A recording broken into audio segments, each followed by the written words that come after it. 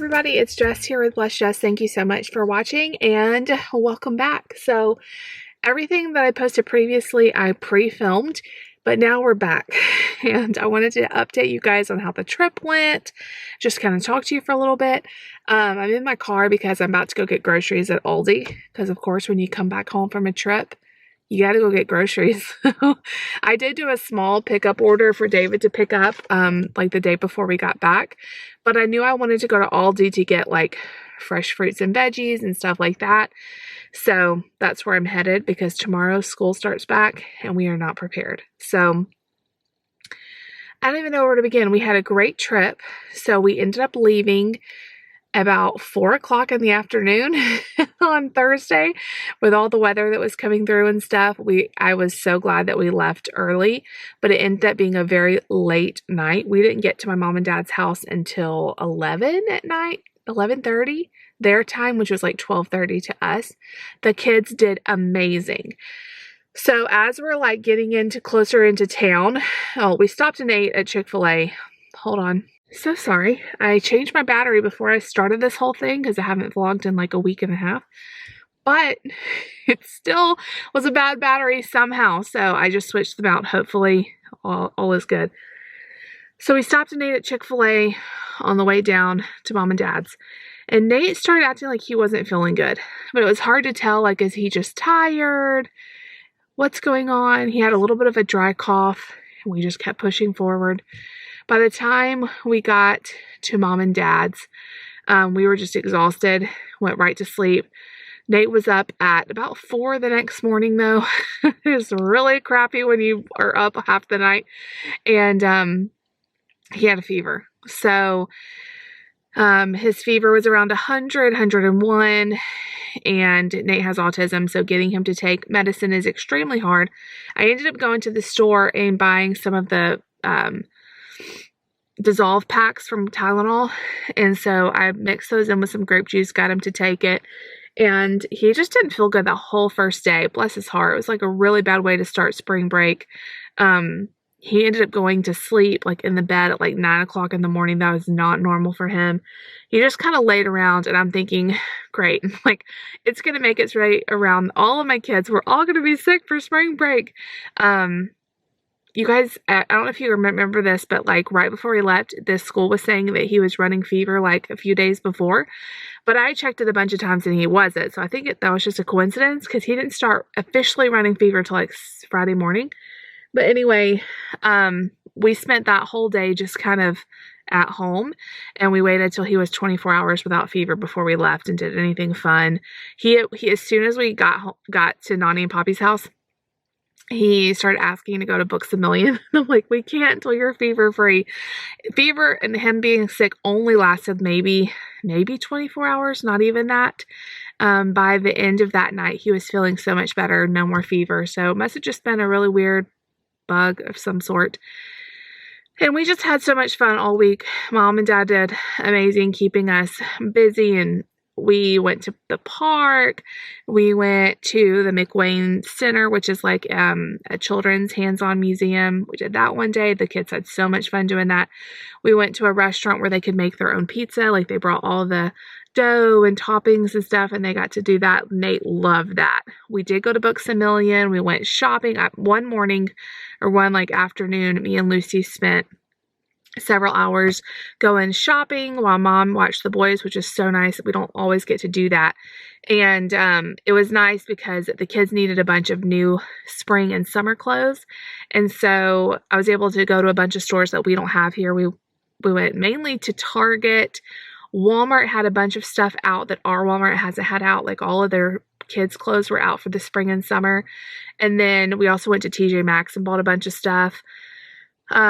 We went to a new store to me called Pop Shelf, which is kind of like Five Below, but it's actually a Dollar General store, but it looks nothing like Dollar General. It looks a lot like a Five Below, which I think I liked it even better than Five Below. It was a really cool store. Bought some stuff in there. We just had a really fun girls' day. We went to some of my favorite restaurants while we were in town. We just had a really great week. We went to a jump like a trampoline park with my brother and his kids, which was so much fun. Like the kids had so much fun there. It was called Altitude, and they had like even a place for preschoolers, and Nate jumped and jumped and jumped. We were there for an hour and they were worn out. Like I said, we went to the park. We went all over the place. It was a week of just every day doing something. We went to the mall. We went lots of places. So the kids were amazing the whole trip. They really, I'm going to shut the garage door. They really did awesome. I mean, it was hard being away from David because I just depend on him so much for help and stuff. Okay, I'm going to roll that back up because the sun is reflecting off the garage door. It's really bright. Anyway, it was just really, really a fun trip. We did have several rounds of bad weather. One was like a tornado warning. And thankfully my mom and dad have a basement, so we were prepared, and it ended up canceling the warning before it got near us. But it was kind of a scary moment. The kids got lots of time with their cousins, sleepovers, and it was just a really nice spring break. I read some books on my Libby app and all of that. Fast forward, I didn't vlog anything. I did not vlog anything. I just took the whole week off. It was really, really nice. It went by so fast. The kids, after that first night, they slept a lot better. Nate had a few mornings of getting up really early just because he's going from Eastern time to Central time, and that kind of threw him off. But for the most part, they did really well. And so we left Saturday to come back home. Everybody seemed fine when we left, and here's where the drama started. I woke up at like 4 in the morning on Saturday morning, and I just could not go back to sleep. I tried to go back to sleep. We were planning on getting up at 6 and trying to leave by 7. We also had, mom and dad also had some deaths in the family. Like the whole time we were there, there was like not anybody super close, but some extended family and friends passed away. It was really weird. There was like a bunch all at once. So they were leaving to go to a funeral around 8 or so. So we were going to plan on leaving at 7. And I woke up at 4, and I just could not go back to sleep. Around 5, I just went ahead and got up. I could hear my mom was up. And so I told her, I'm like, I'm just going to go ahead and get everybody ready. We can leave early because it's going to be a long drive. And I think it'll be best if we just go. I can't sleep anyway. So, I got everything together, woke up the kids, got them in the car. We left my mom's house at like 5:45 in the morning, which was an awesome choice. I'm so glad we did that. The kids did great. They watched movies, and everything was going well. We get about 2 hours from home, and we stopped to eat lunch. We usually stop either at Chick-fil-A or at this place called Culver's. You may have heard of Culver's. Well, we had already passed Chick-fil-A by the time the kids were getting hungry. So we ended up going to Culver's and got everybody inside. The hardest part traveling by myself is getting everybody into bathrooms. I have Nate, who's special needs. I cannot turn loose of him anywhere. I have a 2-year-old who I cannot turn loose of anywhere. And then I have Lucy. I'm like making her stick right by me, and it's just really crazy. And I have bags, and it's chaos. It's organized chaos. At this point, I had stopped a couple of times. Like we had to get gas. Everybody had to go to the bathroom. We stopped at like a rest area. That was a pretty easy place to stop and get everybody in. There is not enough family bathrooms out there. I will tell you that though. Normally I'm having to shove everybody into a stall. It's hard, and there needs to be more family bathrooms out places. But anyway, we go into Culver's. There is one regular size stall open. Like there's not even a handicap stall. Like everything it says was out of order except this one little stall. And of course there's a line. We have to wait in, and the kids have to pee really bad, and we get through it. We get everybody in the stall and get in line to get our food. At this point, like Mark is crying. Like all he wants is to get down and run around. I can't let him. I have Nate. I have my wallet. I have it. I'm trying to pay and to order, and it's just crazy pants. It's just crazy pants. We get through that. We get to the table. I get everybody their drink. I get everybody their ketchup opened. I get everybody their, napkins and all that. And they bring us our food, which I had ordered a fish sandwich from there. I'm like obsessed now that we did that taste test of all the fish sandwiches. And so I will tell y'all, Culver's, if that had been in the running, we don't have a Culver's here, it would have been number 1. That fish sandwich was the best fish sandwich I've ever had. I'm not even kidding that. It was so good. It was so like fresh. We get like a few bites into our food. Lucy's got chicken nuggets. Nate's got a burger. Mark's just eating snacks because he's still going through this really picky phase. He didn't want to eat anything else. So I just brought some snacks in for him. We're eating, and then I get a look at Lucy, and she's looking at me like I'm going to throw up. And at this point in the day, like I was so tired, just like wanting to get home. And I'm going, no, like you can't throw up here.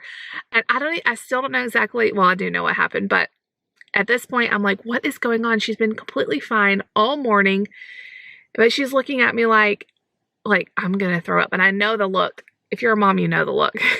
So there's nothing I can do. I normally would probably pick her up and run her to the bathroom, but I have these two boys that are, Nate is here eating his cheeseburger. Mark's buckled into the high chair. Like, there's no way for me to gather up everybody and run her to the bathroom. Like, it would not work.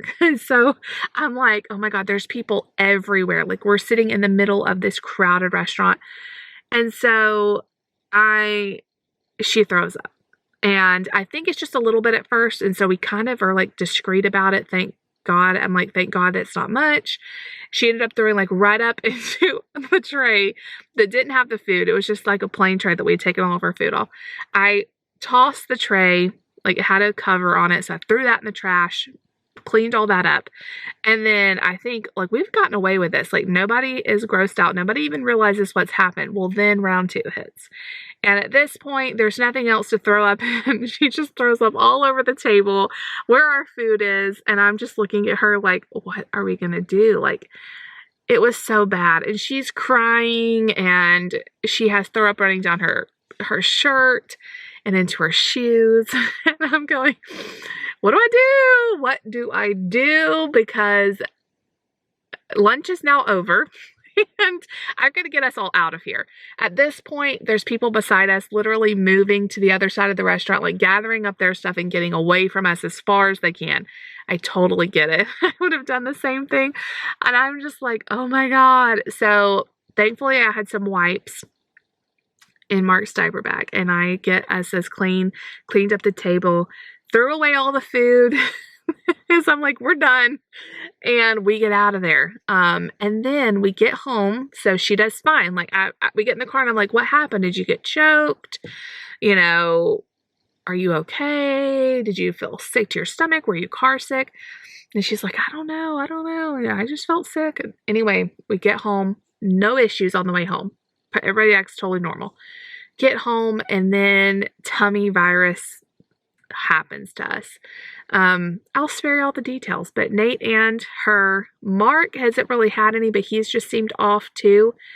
It hit, and we were happy we were home when it hit. So that is my saga of going back. It was like in the moment where I'm like, what do I do now? Normally, like, I have like my bag of tricks, like I know what to do at any circumstance. This one, it was just bad. Like, there was nothing I could do. I think we recovered well. I got them out of there as soon as I could. Obviously I would not have taken her in if I thought she was sick. She acted totally fine all day. It was a bad time for it to hit. And poor Nate, like he was sick on either end of it and totally fine in the middle. So I don't think it was the same bug. It probably was picked up somewhere else in the trip. Anyway, that was our fun ride home, but we made it safe. Nothing, could have been so much worse. No car trouble, none of that. Today is Sunday, so I kept them all home from church because we don't want to risk anybody. They seem fine. Like since last night, no issues. So I'm hoping everybody can go to school tomorrow, because it'll be after 24 hours, and Nate has a dentist appointment. So we've got to go to that. And, we're working him in every month at the dentist. And so I've been really prepping him that we're going to have a great dentist experience on Monday. So anyway, I'm about to head to the store. So you guys will be seeing a haul after this video, tomorrow. Y'all. Of course, like during the whole trip, Mark has locked down on the picky eating even worse. He, I guess, just, being in a different place, different stuff. Like we're even more limited to what we're eating. Maybe his tummy doesn't feel good. I don't know. So I'm starting this new routine with him where I'm putting stuff on his plate and not pressuring him to eat it, but just putting it on his plate. And we're going to see if it helps. So I'm making him sit in his high chair. No more grazing with goldfish around the house and stuff like that. That's what he wants to do, is he wants to just snack all day. So I have a very detailed meal plan for him this week, where I'm putting some different stuff on his plate, and I'm hoping it may take years at this point of exposing him to food, but he is like locked down on this piggy eating so hard.